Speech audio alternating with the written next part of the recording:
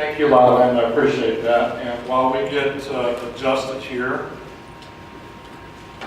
I'll hide my water down there and try not to do a Marco Rubio in the middle of the presentation.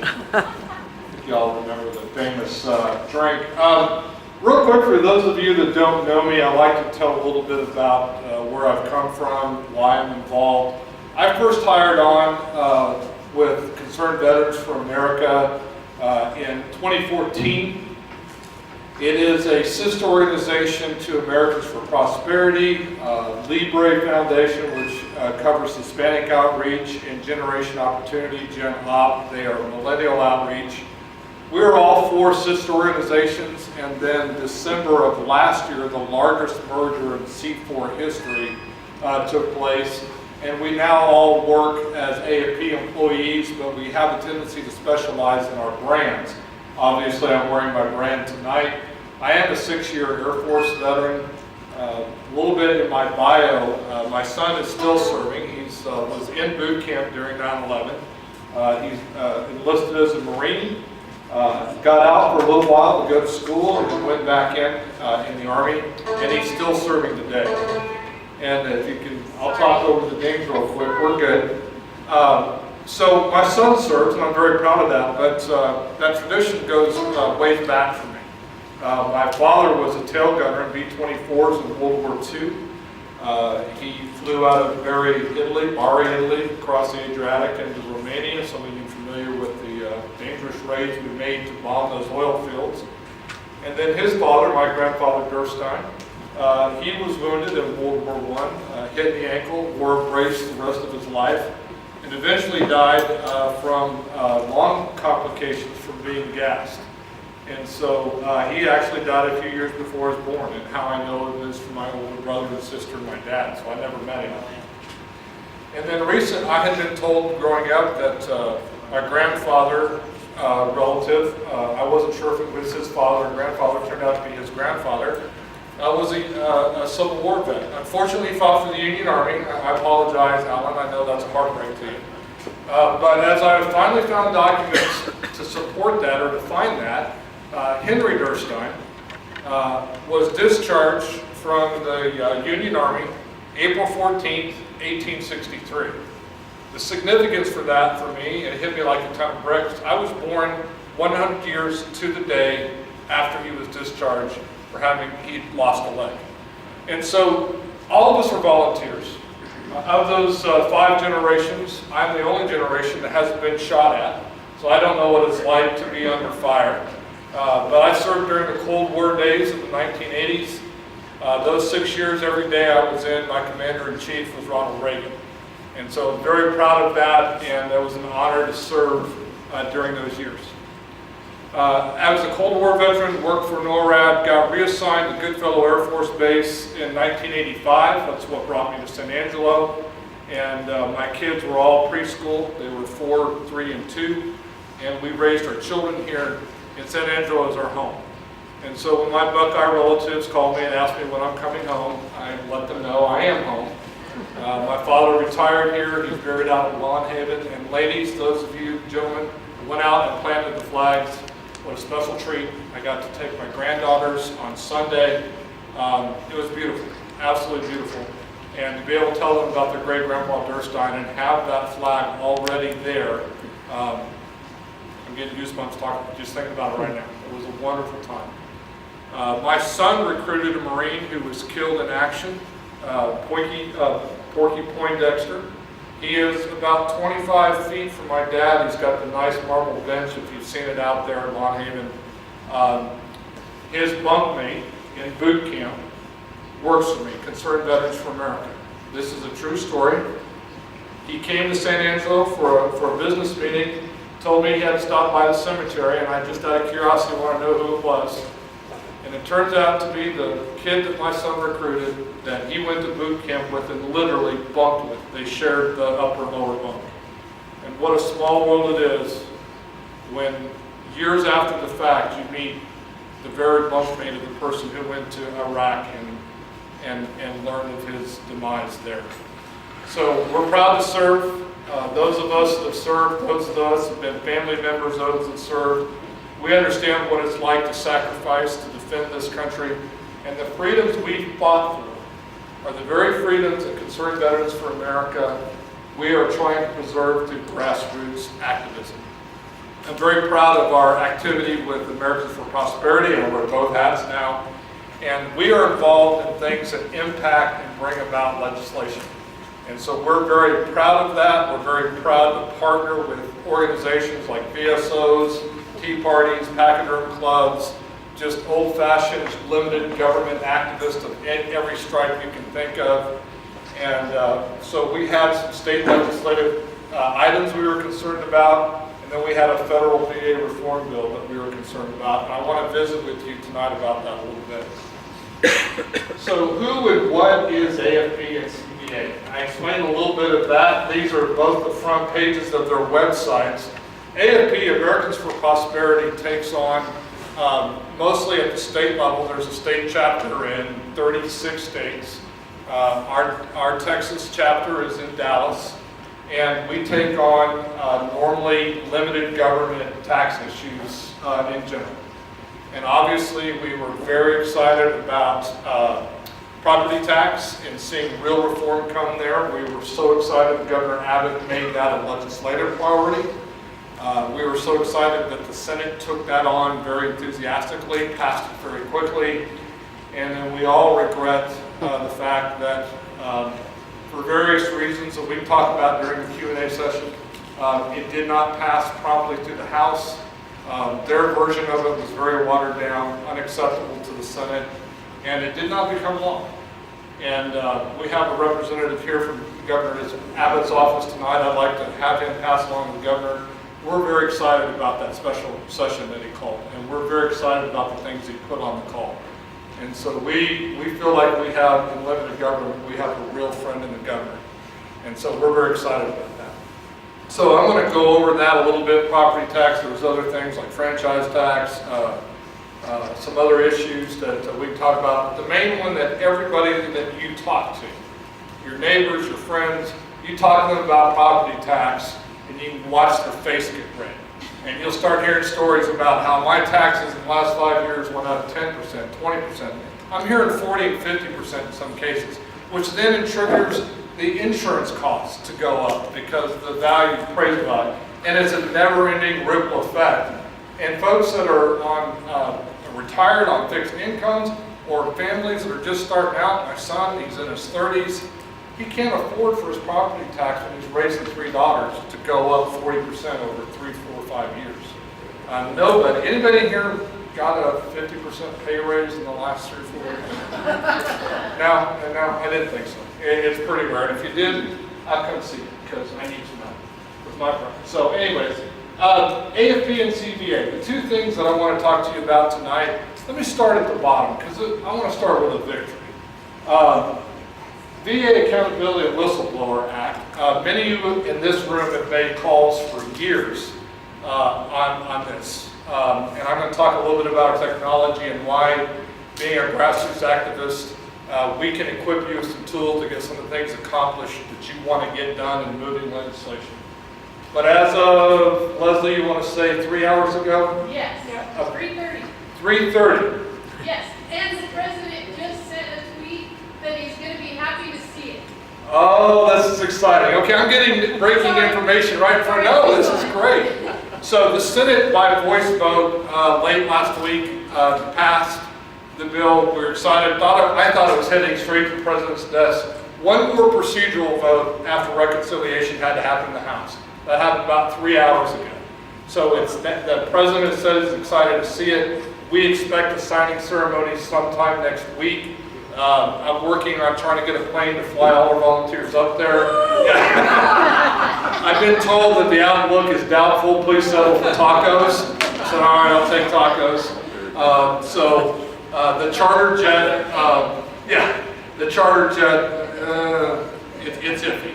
But anyways, we're so excited. If you're not familiar with the bill and all the hard work that our volunteers have put in over the last 2.5 years in making these phone calls, right now, you can actually have a VA employee commit a felony, not be just put on paid leave, get reinstated. We've had cases of people watching pornography with patients. We've had people committing armed robbery. They get reinstated. They keep their pay.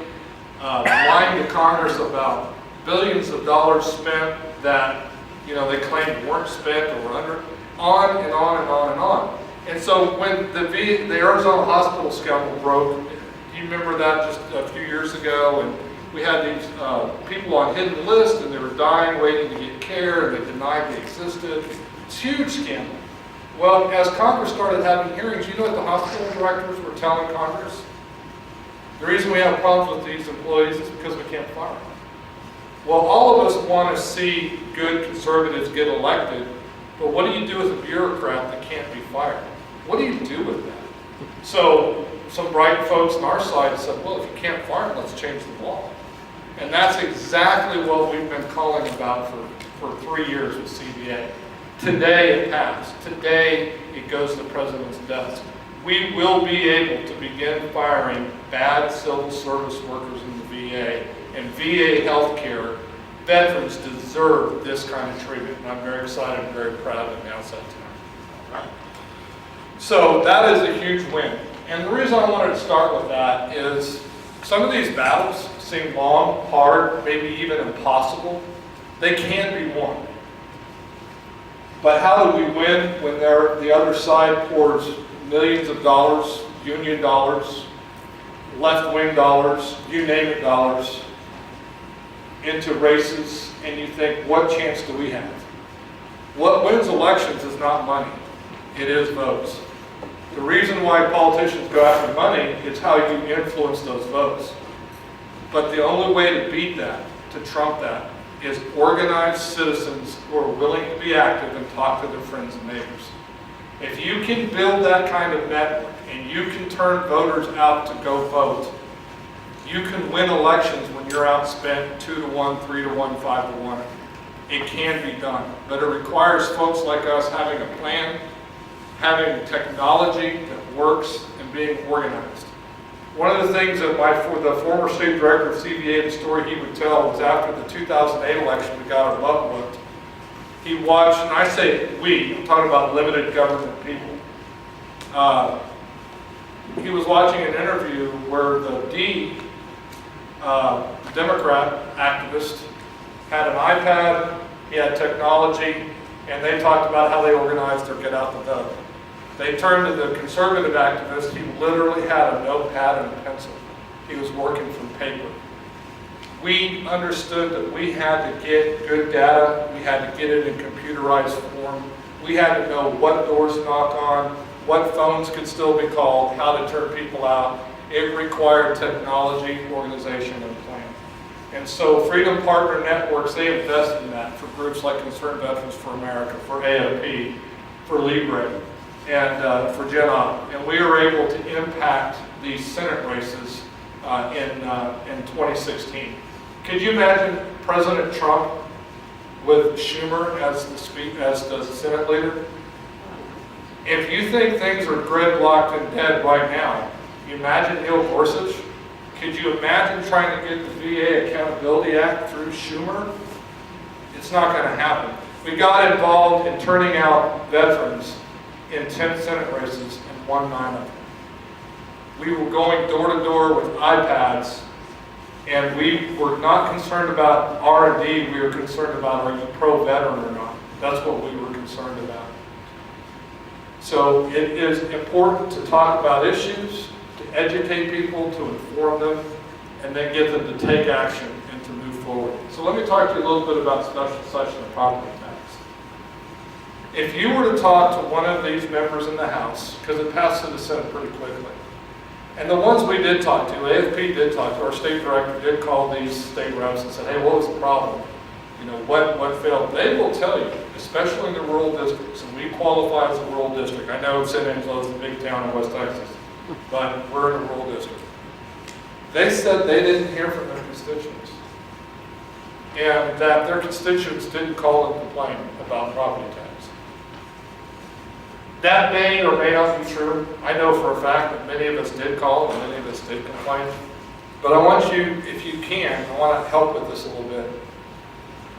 Many of these urban state representatives, their districts may not even cover an entire county, let alone obviously an entire city. There's one mayor, there's one county judge, there's one local municipality calling that state rep and saying, hey, you can't allow property tax reform because we'll go broke, which is a whole different argument. But if you think about a large rural district that has multiple county judges, multiple mayors, multiples, you think about that, the ratio of local entities saying, please, state government, don't reform property tax because we can't survive without it, that seems to the state rep a whole different ratio. What that means in rural West Texas especially, those of us who are upset about property tax reform, we absolutely must speak up and do it in an organized way and make it very, very clear that we don't care if we have 12 mayors in your district instead of one. We the people are the ones that are suffering, and you need to know about that. So what were some of the highlights about HB2? Maybe you're not a political geek and you don't dive into details like Ginger does about HB2, and God bless folks that get in there, but not everybody does. The thing that was real exciting for AFP in this property tax reform, right now there's two things that have to happen for a vote on property taxes in your local municipality. If they raise it above 8% or more, they have to go get X amount of signatures on a ballot before you can say no. The thing about HB2 was it didn't limit local entities from raising their taxes. What they did say was we want to lower the threshold from 8% to 4%, and we want to eliminate the need to go put it on the ballot.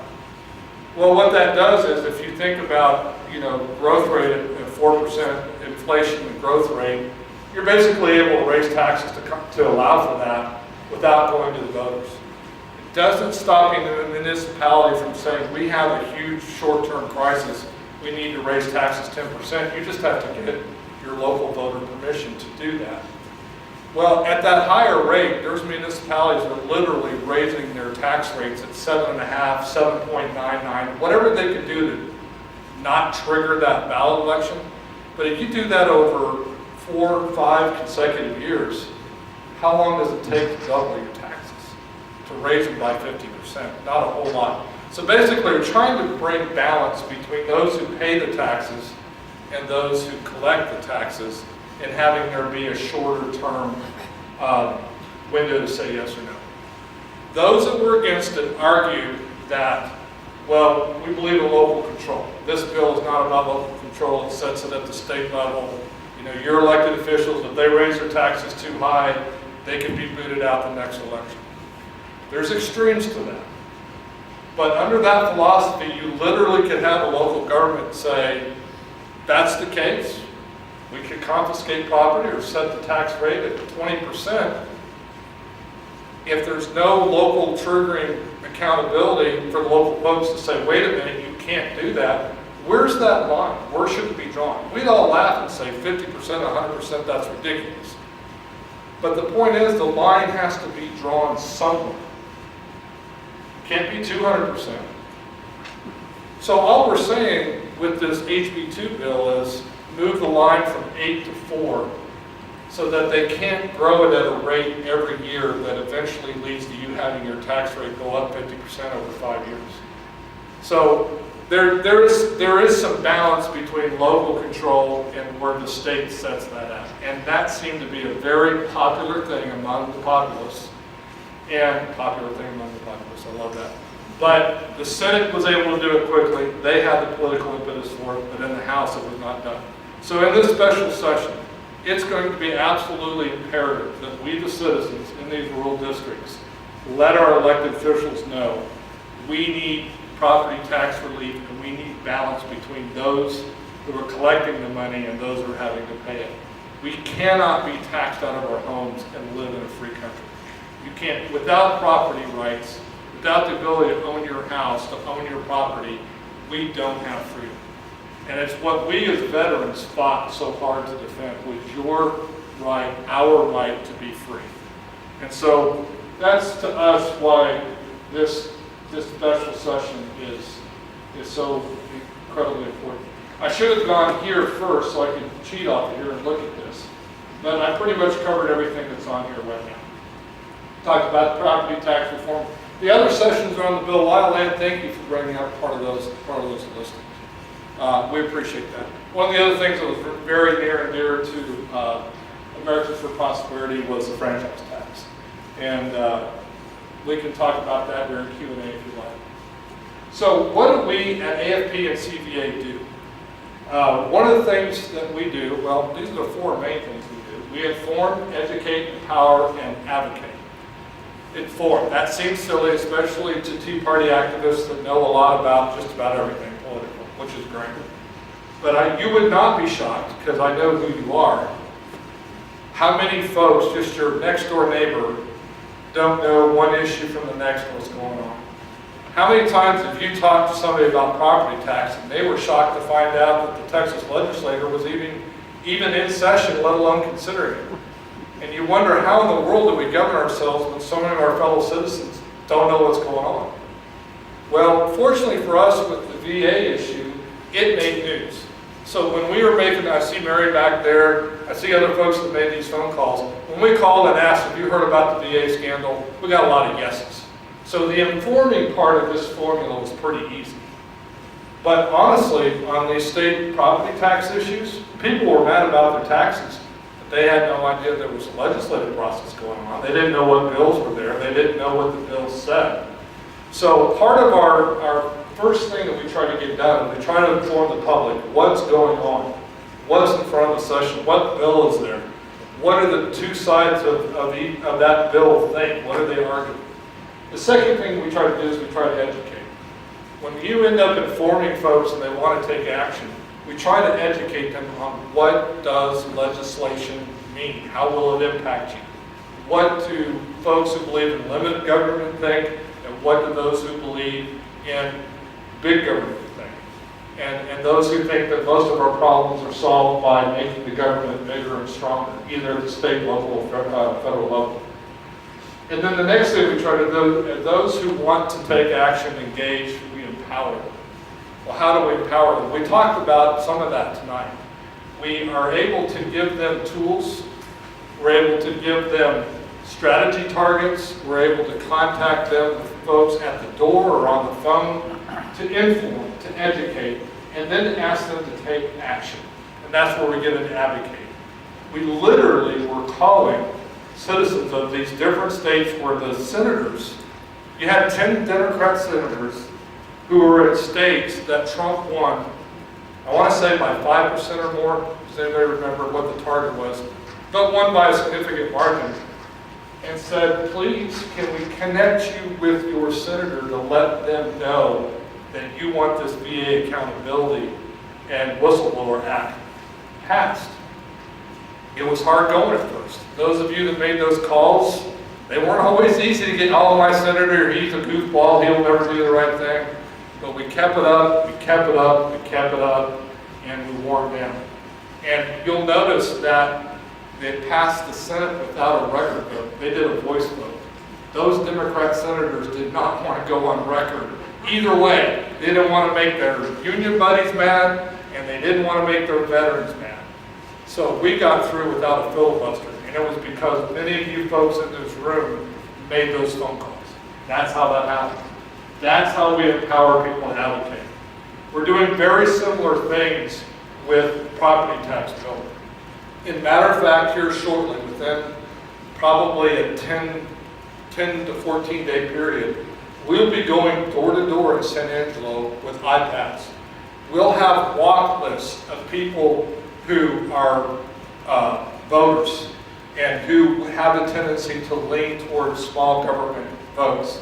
We're going to inform them about property tax. We're going to educate them on what happened during this session. And then we find that they're a person that wants the principles that we've advocated for with HB2. We're going to ask them to take action. We're going to ask them, would they text their state representative? Will they call their state representative? And we collect all the data from these polls and or from these surveys, and we share that with our elected leaders. If any state rep, including ours, says they haven't heard from their constituents, that they're not upset about property tax, then we as an organization have failed, and we as activists have failed. I felt very emotional, Ginger, about what you said about, we have no one to blame but ourselves if we don't go elect conservatives to these local, state, and federal offices. So for us to do that, we need help. We need folks that are willing to come use our iPads, make phone calls, go door to door. Some people hate the phone, they prefer to walk. Get out early in the morning, go knock while it's still relatively cool this Texas summer. Get out there before 11, obviously. And go knock on these doors and educate people about what's going on in the House and what we need to do in this special session to get property tax relief passed. Those are the kind of things that we do. Now, I want to come back to educate for just a second. I'll talk about our technology next. But July 18th, everybody in this room and your friends and neighbors have an opportunity to come to free training. I was very happy and pleased to announce that the Tea Party board had voted to partner with AFP. We're going to come in 6 consecutive Tuesdays. And we're going to present Grassroots Leadership Academy, and we're going to train on grassroots activism. Each night is a different night. You'll learn things about how to organize, how to communicate, how to use social media, how to use our technology, how to persuade and impact your legislator. It's rarely done with a baseball bat. It's normally done with kindness. But what they get concerned about, instead of one angry person, they get more upset when 100 pleasant people say, we're watching how you vote, because they are vote counters in their head. So what they like to do is get reelected. So I'd rather show up with 100 pleasant people saying, please change this, than 1 or 2 angry people. I get angry and yell at the TV, but I try not to do it to my elected leader. So that's how I try to handle that. So there's going to be 6 weeks in a row. It does overlap with one of your normal Tuesday night meetings. It'll be right here in this room. You can go to eventbrite.com and sign up. We're going to send that link to the Tea Party website so that you can sign up that way. There will be a meal provided every night. I brought some tacos tonight as a little treat, as a sample of how we do things. You can look at my gut and tell we eat well. We eat very well at AFP and CVA. But the training, it's about a $10,000 training. The professionalism is exceptional, but it's all free. They provide it for free. So we're eager, we're happy to partner with the Tea Party. Thank you, board members, for voting to do that. And we will be conducting that July 18th. So your normal August Tuesday meeting will be one of the nights of training that we have here. For those of you who volunteer with us, you're probably getting ready to fall asleep at this point. But our technology, we can demonstrate on the iPad after the meeting if you want to see a little bit. But you have the ability to download a free app on your own phone. If you don't have a smartphone, you want to use our iPads, we provide those. And the i360 technology has a call and a walk technology. And so I've got an example of what the screen looks like. And it's similar when you're walking. But the program literally does everything for you. It dials the phone number. It gives you an option to leave a message. And all you have to do is hit a button. You don't have to say a word. It leaves a pre-recorded message. Once you get somebody and you're asking them, normally it's a 2 or 3 question survey, you hit a button on the iPad and you record their response. And when you're done, you hit hang up and submit, and it stores the data. And so we're able to tell who are the more, right of center folks that agree with us on small government issues. We're able to database all that. And our walk lists are much the same. You open up either on your phone, or if you don't have a smartphone, we provide for you the iPad, and the surveys look very similar. You literally get a map that tells you you're going 3 doors down, it's on your left. I mean, you see a Google Earth map. The addresses are listed. If you're somebody that'd rather read the address and walk, it's right there. And you knock on the door, somebody answers, you hit the name, and the survey is right in front. You don't have to memorize anything. If you can read, it's right there. You read the question, you educate them if they want to engage in conversation, record the responses, and go to the next door. We ask them as we talk to them, would you please call your state rep or your senator? And many of them do. And once they start getting those phone calls and they start getting the data from us, and we say, don't believe us, we talk to your neighbor that lives at 3616, 3626, 2672, and they all agree with this. It starts getting their attention. Unfortunately, the urban areas got a little bit better at that than we did. We want during this special session to make sure we leave no stone unturned. So our technology, I hate to say it, we were behind the Obama machine in 2008, but I believe we've caught up. Okay, that's the end of our slideshow. If we want to raise lights, we can do that. I'll do some Q&A. I told Kat I wouldn't wander around. I'm doing that. I apologize, Kat, making it work a little harder. But we want to take the opportunity to do some Q&A. If you would help us tonight, one of the big things we do, we are big into social media, Facebook, Twitter. We obviously do, help me out, what's the other social media? I'm social media retarded. Facebook, Twitter, there's one other. Instagram. Yes, thank you. So if you are concerned about property tax, franchise tax, what we want to do is take some pictures tonight with the logo over there, with our little flyer that we go door to door with. We're going to post those and let our state rep, our state senator know we're engaged and we care. So if that's an issue important to you, if you don't want the flyer, you just want to say, hey, we've listened to AFP tonight. As they say in our business, if you don't take a picture, it didn't happen. So whatever you can do to help us with that when the event's over, that'd be great. So I'm going to stop the presentation portion, and I'll entertain some Q&As. Yes, ma'am. What did I miss? For those people that would rather not do the RSVP online and would like me to do it, that's fine. I just need to make sure I have your name and information, and I'll go ahead and do the Eventbrite information. Leslie is so wonderful. She does our data entry. And many times there are folks that don't even want to get on our website, poke all that in, she'll do it for you. So we make it as easy as we possibly can. Even Al can volunteer with us because we make it so easy for you. So that's Santa Claus. All right, so it's Q&A time. So any questions legislatively, federal, state? I don't know anything about the Wombat bill, but anything that's relatively germane, I'd love to help address it. So. Is it just HB2, or do you go all of the property stuff? Because there's a number of different things. There's the annexation without representation, that one, and I believe there's a couple of more that are all kind of lumped in there together. Exactly. AFP has a position on most of those, not all of them. Obviously, we have a hierarchy, and we think probably the most important one is property tax relief, the HB2 version.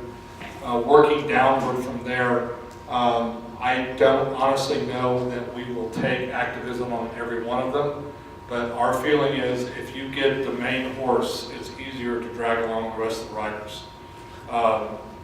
But frankly, as you're going door to door talking to your neighbors, they probably can handle one or two things about being educated on. And so we take the most emotional one. But they are on there, we want those passed. Specifically how much resources we put into those other ones is yet to be determined. But I know from past history, we tend to take the most understandable and easiest one to get across to both the voter and to the state representative advocating for it. I know that was a non-answer answer, but we won't advocate for every one of them. I can say that. I can count on Mary to ask me the tough questions, Eric.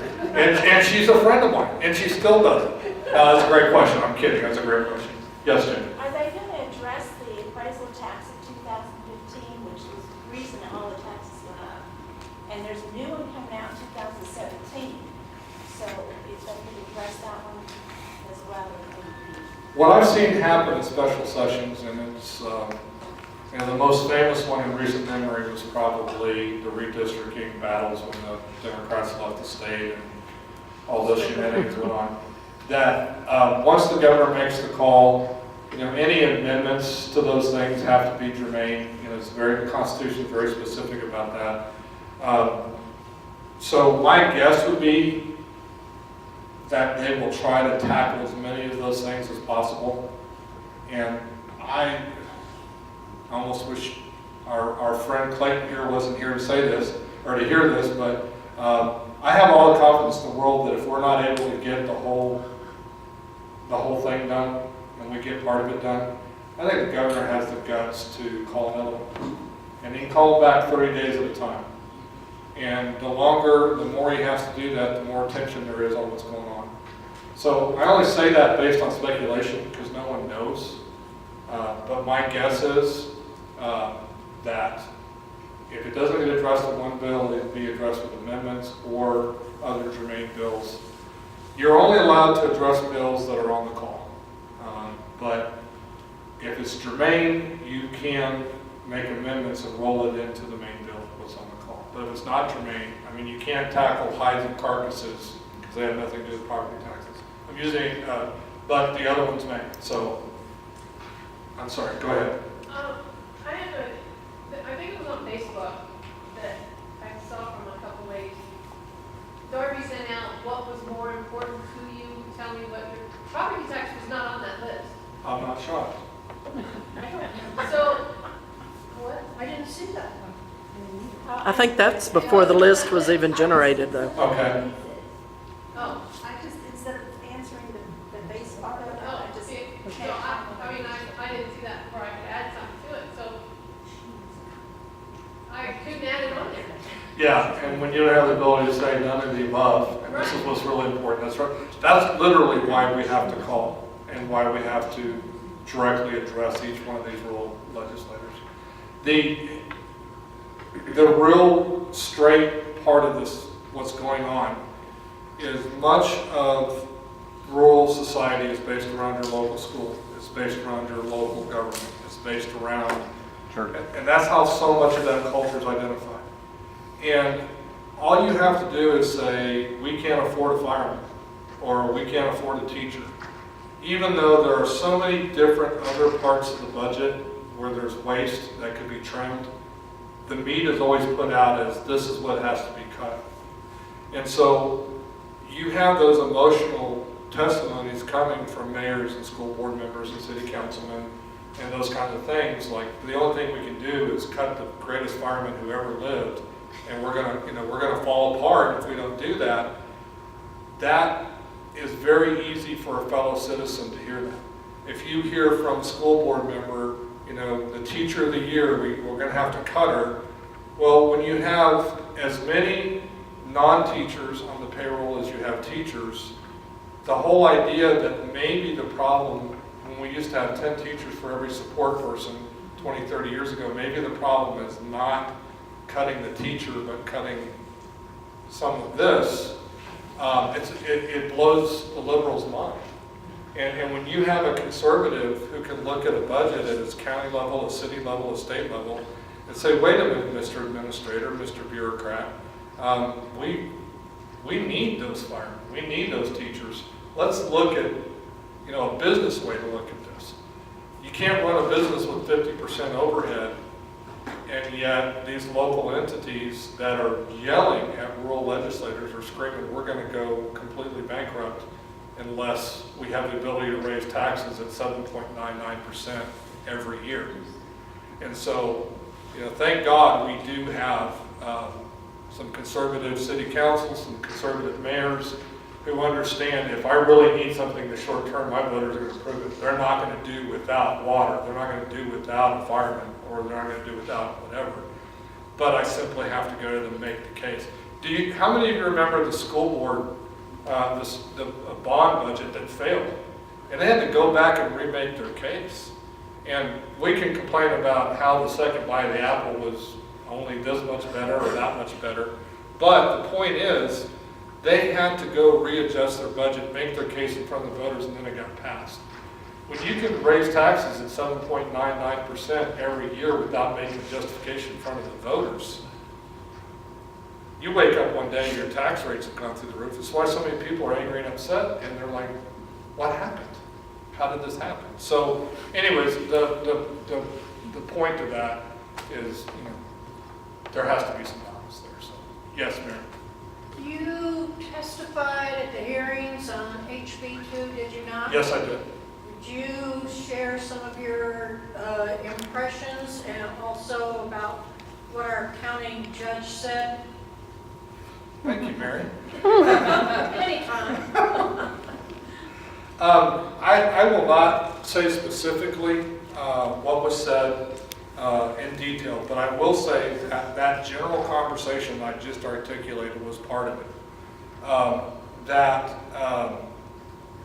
But the other thing that he added that I have found to be true from other county judges, and I think they have a point here, that the state oftentimes puts unfounded mandates on these county governments and then refuse to pay the bill even if the state is liable. And he said, how can these legislators throw us under the bus, which I disagreed with him, that taking the rate from 8 to 4 before you have to get taxpayers' permission is throwing you under the bus. But I understood his point that they were afraid that they would have to cut beyond what was reasonable if they had to do that and pick up what the state was putting on them and not paying for it. I said, Mr. County Judge, I'd be more than happy to work with you on getting legislation passed that would not allow the state to do that. You're an extension as the county, you're an extension of the state. Why should that be done to you? So I said, I'd be more than happy to help you there, but I'm not in favor of having taxpayers have little to no voice about how quickly their property tax rates go up. So without betraying any, that was the general, is that close enough? No thanks here. I'm on tape, so. No, it's just that when you told me about this before, I found it rather disheartening. Yes. Because Tom Green County, before they went in for this new jail, we taxpayers in the county were only on the hook for about $48 a year in county taxes as our share. Right. Which is, and the county was a couple of million in debt, maybe. Right. Which is nothing. So then you have him, wait a minute, you could have easily sold a whatever to the taxpayers saying, hey, we haven't done, so he's not trusting us, which is... I would say that is the main difference, what you just said. The main difference between those who favor HB2 and those who don't is, do you as an elected leader trust your citizens to have enough common sense that when you make your case and you put it before them on the ballot that they're going to say, yes, this makes sense? Or do you want to have the ability to do things you don't have to explain and raise taxes at the maximum rate before it triggers an election? Do you trust your citizens and your voters? Conservatives trust the citizens. Big government people tend not to. And that's been my experience in my grassroots activism life. So that's, you got to make the case. I understand a lot of citizens are out to lunch, but when it comes to things like that, you can get their attention and you can make the case. They did with the school board. Yeah. They did. Really big help. How am I doing on time? And I don't want to run you out of time. Got a half hour. Okay, so I can take a couple more questions. I was hoping you could say, wrap it up. You got 2 questions. No, but certainly, I don't mind. I don't mind at all. So, Well, I was wondering what your effective rate or effective percentage of versus going door to door and phone call. The reason I'm asking that is because recently we went walking door to door for Greg Abbott, and it seems like the person that's answering the door is going to have a little more respect expect somebody that's got the gumption to get out and go door to door. This is a great question. And knock on the front door unless somebody's pointing a gun at you, because Right. they can't hang up on you. If you go to the door, they can't hang up on you. That's right. And they can slam the door for it, they can do an Archie Bunker on you. But to me, it feels like that, you know, if you're going, if a person's going door to door and they're open the door and willing to talk to you, I think you can get better response. Did everybody hear that question? Because it's a great grassroots geek question, and if I put you to sleep answering this, please forgive me. The answer is yes, it's more effective. You get a higher percentage of people willing to talk to you. If you take a lady with you or a child with you, they don't want to be rude. And so I try to pair up volunteers that go to door. I try to pair up a man for security and a woman for that person that interfaces. And I really do. And if you take a child with you, only the Grinch is mean at the door when you take a child with you. But here's the conundrum for grassroots activism, and it's why we do both. It has to do with how many doors can you knock on in an hour versus how many phone calls you can make in an hour. So it becomes a total numbers game. If I have a higher rate of success, but I'm getting to fewer doors, do my total numbers add up at the end of the day? And then the other factor is when you decide to call or walk is how close are the doors together? And am I knocking on the right door? And any candidate will tell you, if you knock on a door and that person doesn't even vote, I've wasted my time. Because I could convince this person and they're not going to go vote. That's 5 minutes I could have spent with somebody else. So that's where the technology, the data, and the science of grassroots activism, where groups like us are able, if you are able to partner with us, we do our very best, and I think we're getting better and better at it, that when you make that phone call or you knock on that door, you're getting the highest possible chance of success and bang for your buck as for time as a volunteer. So when we're asking folks to knock, we're trying to put you in front of the right door, in front of the person that's going to be receptive, in front of the person who has the highest likelihood of taking action. Now, if we increase that percentage from 4% to 8%, that doesn't sound like a lot. But if you look at 10 hours worth of activism and you're doubling that rate, that means everything. And I've worked, in the state legislature, I've worked for a state representative. I've been the guy on the other end of that phone that picks up and talks to a constituent and says, yes, what are you upset about? And, they write all that down. Every issue, every bill. That's why they ask you what the bill number is. And at the end of the day, if a state representative gets a dozen calls on a certain bill, that's a big deal. So if we can patch through 40, 50 people to make phone calls or make a call from their house after we've knocked on their door, that is one of the things that raises a red flag at a state rep's office. Because they assume if a lot of people know about something and they get 10 calls, okay, I need to be worried about that. Well, I get 50 calls. Maybe everybody knows about this. And everybody's watching it.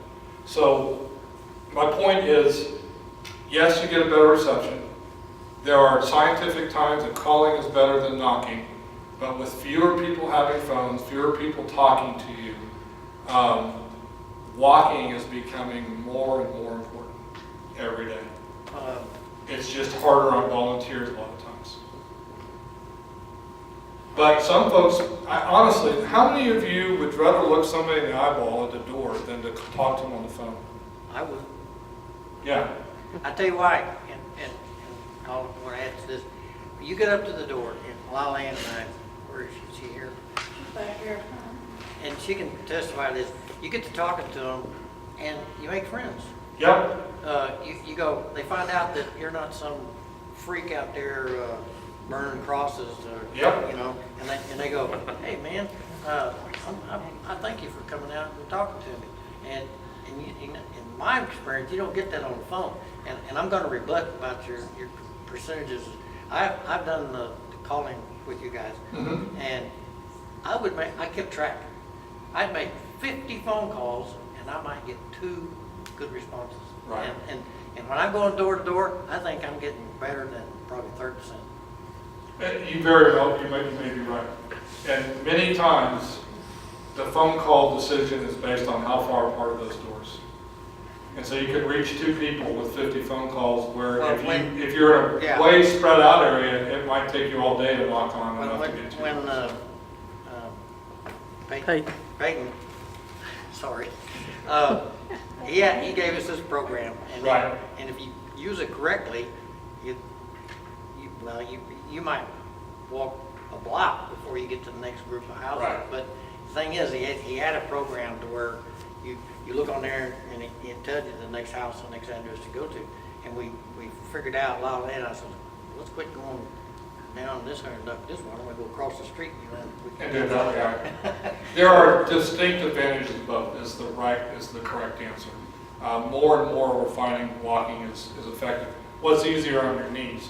Making phone calls or going door to door. And matter of fact, a couple times we run into people we knew. Oh, there you go. I want to share something else with you that you asked a question about I think is critically important. I want you to put your thinking caps on about this. And what I have to say here offends many conservatives, but I truly believe it. One of the things that progressives have done for the last 100 years, and you see this very much in how they organize, grassroots organization, they will spend a lot of time simply making friends with people and asking about their cousin Joe and how their niece is doing at the school play, and they build community.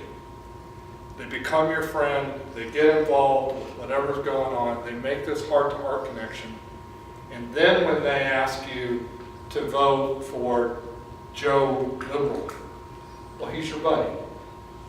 Now, you can intellectually explain to them, well, Joe, your buddy, has raised your taxes, limited your gun rights. 60% of folks vote based on this, not this. We as conservatives spend so much of our time trying to win this argument that if we don't feel like we can win it here and we lost because of this, we're like, well, forget them anyways, they're dumb. We can ignore human nature, or we can begin building communities and then speak intelligently to people.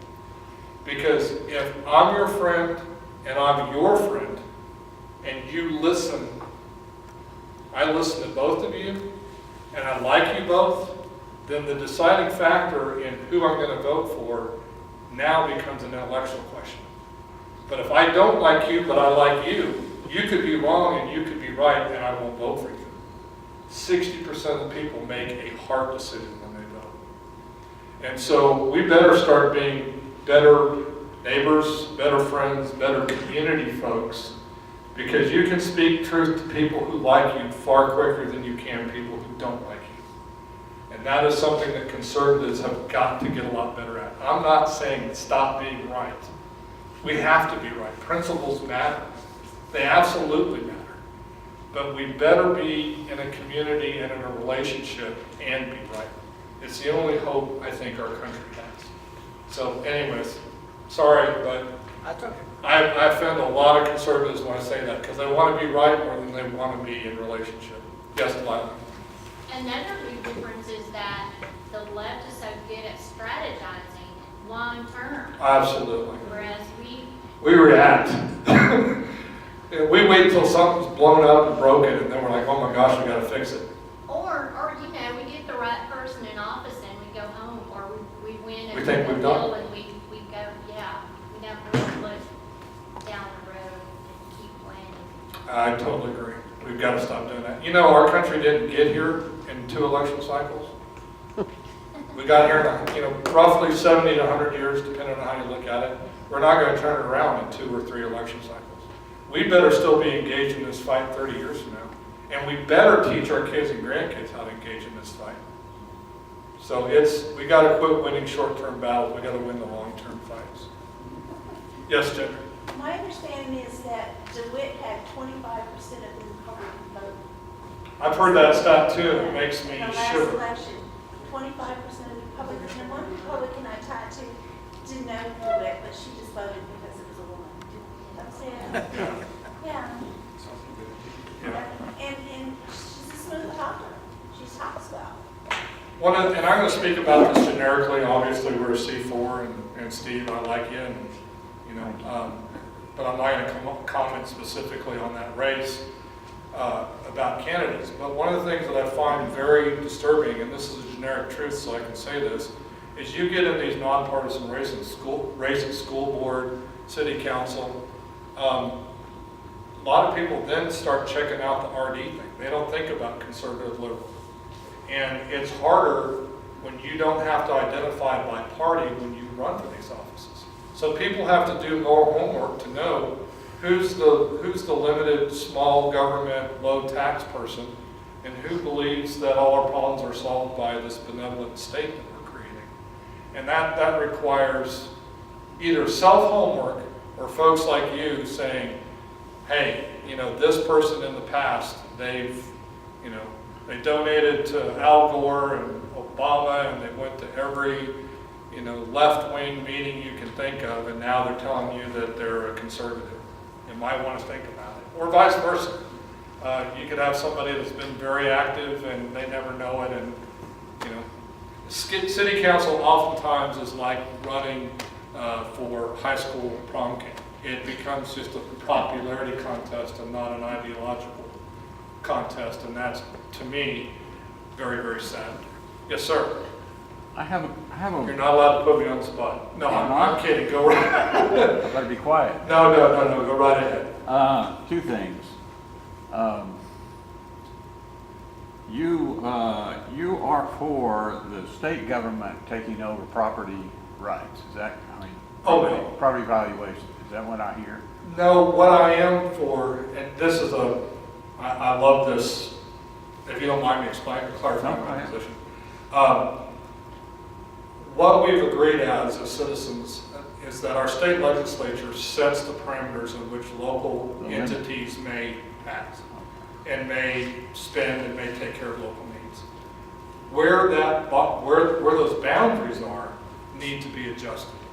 Not that they should take over from the local municipalities as to what they can do or not do.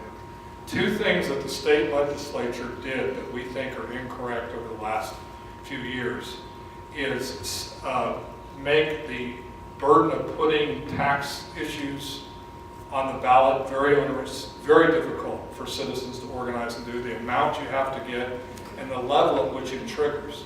I heard So it's a balance issue, not it's either them or it's them. So to be clear, that's Okay, all right. Also, in this legislative session, there were several bills, I understand, from the lady from Midland who came and talked to us that had to do with religious freedoms, Yes. and these are reoccurring yearly, and I just would like to hear your opinion on that, and what is the logic. What are they trying to accomplish? On the religious freedom issue. And are you involved in that in any way? Yes and no. So I have some personal friends that I've helped on some of those issues. AFP and CBA, they do not take on social issues. So what I'd be speaking to you about would be totally on a personal level and as an activist level. So I'd want to be really clear about that. The way I understand the argument, the way I prefer to handle it or address this would be as this is how both sides see that issue, if that's okay with you. Sure.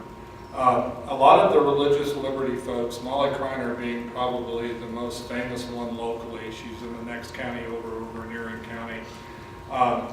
When the United States Supreme Court decided that state marriage laws were unconstitutional and that all of a sudden that gay marriage is the law of the land, she had taken an oath to uphold the Constitution. She swore when she took office that she would uphold the Constitution of Texas and the United States. Well, the Constitution nowhere addresses anything to do with marriage. It's not in there. The way our marriage laws have come about have been the state legislatures in all 50 states have written those laws.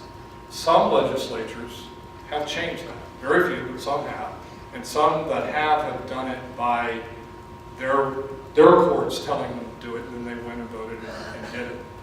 And so people like her are in a position that when she took the office, the law was a certain way, and the voters didn't change it, the court did. And so for her to follow her religious conscience in saying, I must keep my oath and do what I swore to do, which Texas law called for, US law called for, but a Supreme Court decided they could start making law.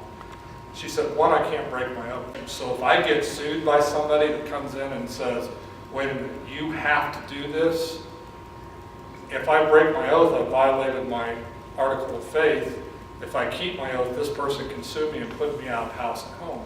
So many of the religious liberty laws that were written were designed to protect public officials from having to do something that, when they took office, was not against the law.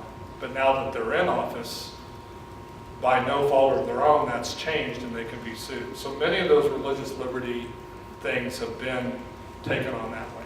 One of the other cases, Dallas, they tried to establish a Sharia law court. I don't know how many of you are familiar with that, but where you could actually have a segment of your society bypass the local courts and go to the Sharia court. Well, that puts some public officials in that county in a horrible, horrible position. Not only are they having to acquiesce to that, but it's not what the Constitution of either the state or the country called for, and they needed protection should that come to pass and they get sued by CARE or another organization. So a lot of it is you'll have one group trying to move an agenda through the courts and do it by lawsuits, and another group who says, wait a minute, law can't be changed unless our elected representatives pass it and an executive branch signs it. I need protection. So that's what a lot of those, not all of them, but that's what a lot of those religious liberty bills were about. I hope that helps. Question. Yes, sir. This program, does it kick off at different times for some hot issue going on or some bill that needs to be brought up to the public? And it's not something we do every day, right? Yes, it is something we do every day. Oh. No, that's a great question. Here's how, honestly, this is how this is driven, to be completely candid. Not every issue is real big and sexy and like, wow, we're all excited to do that.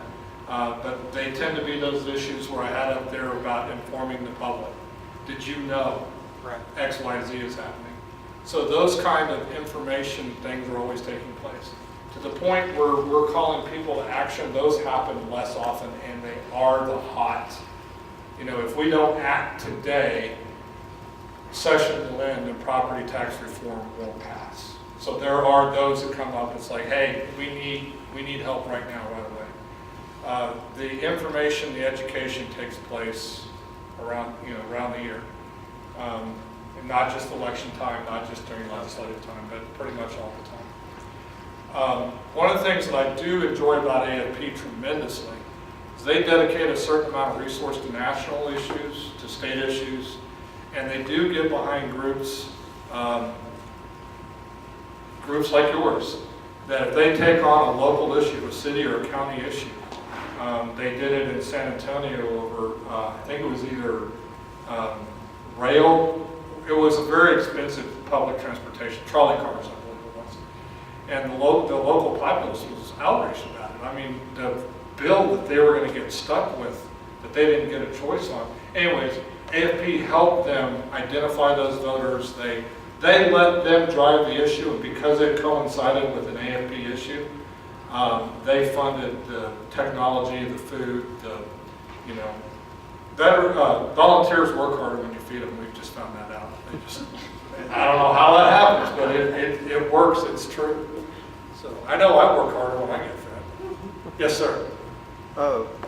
Years ago when I had a ranch, and some of it was financed with the Federal Land Bank, and one year the Federal Land Bank lowered our interest rate, and then the local taxing entity raised my taxes. When I inquired about it, they said it was a state formula that they had to follow, so they lowered there but then raised it here. Without going into minute detail, but can you, for someone like me that is not good with this thing, can you just kind of tell me about these state formulas and how that came about, just generally speaking. Are you familiar with Rubik's Cube? Yes. And then there's another one. What was the guy that came up with Rubik's, where they just come up with the most complicated mousetrap you can think of? Rube Goldberg. Thank you. I knew I could count on Ken to come up with something. It's because we're advanced in our maturity, right, Ken? I'll put it that way. The short answer is that I believe they make it overly complicated on purpose. There are people who are involved in these things that argue with each other as to why it does the way the thing it does. You can look at school funding. Those formulas require calculus and trigonometry degrees, and brain surgeons and rocket scientists can't get together and come up with more complicated stuff than that. I can't answer your question. So it's just basically sausage making in a shell game. Yeah. They just didn't want you to keep too much of your money. In a Don't worry nutshell, about that, right? if there is any way that revenue can be slowed down or, God forbid, decreased, somebody's come up with a formula to make sure we're still ponying up enough money to pay for ever-increasing size of government. None of us, any of us, do our budgets the way the government does. We don't assume every dime we spent last year we need to add 10% to it, and that's our starting point. We must zero-base budget, and government does not do that. Anything that's getting money spent on now, if you freeze it, it's a cut. It's incredible, but that's how they see it. And God forbid you actually defund something, then Western civilization as we know it will come to an end. It's amazing. And they'll bring up enough people to testify that will promise you that's going to happen. Don't even mention to a liberal about pulling out the Paris Agreement. They will faint right in front of you. Right in front of you, yeah. That ties into the Texas appraisal of 2015, but it's probably one before that. Every 2 years they would do it. So it ties into that. I talked to the appraisal district of Tom Green County, and they have no jurisdiction. It comes from Texas, and Texas is the one that drives it. So when he said it's Texas, he's right. Texas drives all the regulations, and unless it's changed, you won't see any difference in the appraisal. It's the Texas appraisal law of 2015 that raised everybody's appraisal rates. And puts it in the hands of people that you can do nothing about. Yeah. If you think about EPA regulations and how Congress has given them power and then regulations have the effect of law, it's the same thing on a smaller scale with the state level, but it has the same power. And trying to do anything about that is difficult. And that's why we try to start with the most easily attainable victories and work our way. Just like the liberals did in reverse. Start with a win, build on it, educate from there, and move in steps. It is more about turning the direction the right way and moving incrementally than trying to win all in one big battle. It's nearly impossible. They didn't beat us that way, and we're not going to beat them back that way, in my opinion. So I wish I could have answered your question. I feel bad that I couldn't. No. Complicated on purpose. All right, did I exhaust your questions? You guys ask more and better questions than any group I go to, because you're the Tea Party. All right, Roy, Lylan, come give me the hook. Okay, thanks, Russ. Hopefully I haven't put enough on tape that I get fired. So I have a tendency to express my opinions, and I got to make clear what's AFP and what Russ thinks, but I think I did a good job on that. Thanks. All right, thank you.